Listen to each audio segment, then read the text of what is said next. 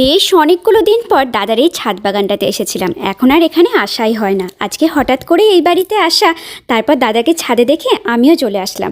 রুহিকেও নিয়ে এসেছি সাথে। রুহি গাছপালা খুবই ভালোবাসে, আর মামাইয়ের এত গাছ থেকে সে তো আরও খুশি হয়ে গেছে। কোলে থাকবে না কিছুতেই।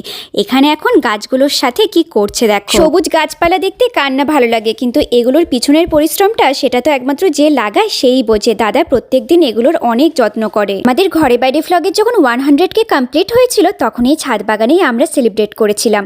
সেই দিনগুলো আবার মনে পড়ে গেল এখানে এসে। এই দেখো রুহি কি সুন্দর এখন ছুটে বেড়াচ্ছে। আর যেদিনকে আমরা সেলিব্রেশন করেছিলাম, ও তো কোলের মধ্যে চুপচাপ ঘুমাচ্ছিল, কিছুতেই ঘুম থেকেই ওঠেনি। কত তাড়াতাড়ি দিনগুলো পেরিয়ে যায়, তাই না? মামায়ের সাথে পাপার সাথে সে এখন গাছ দেখতেই ব্যস্ত। রুহিকে এভাবে হাসি খুশি দেখলে সত্যি অনেক ভালো লাগে।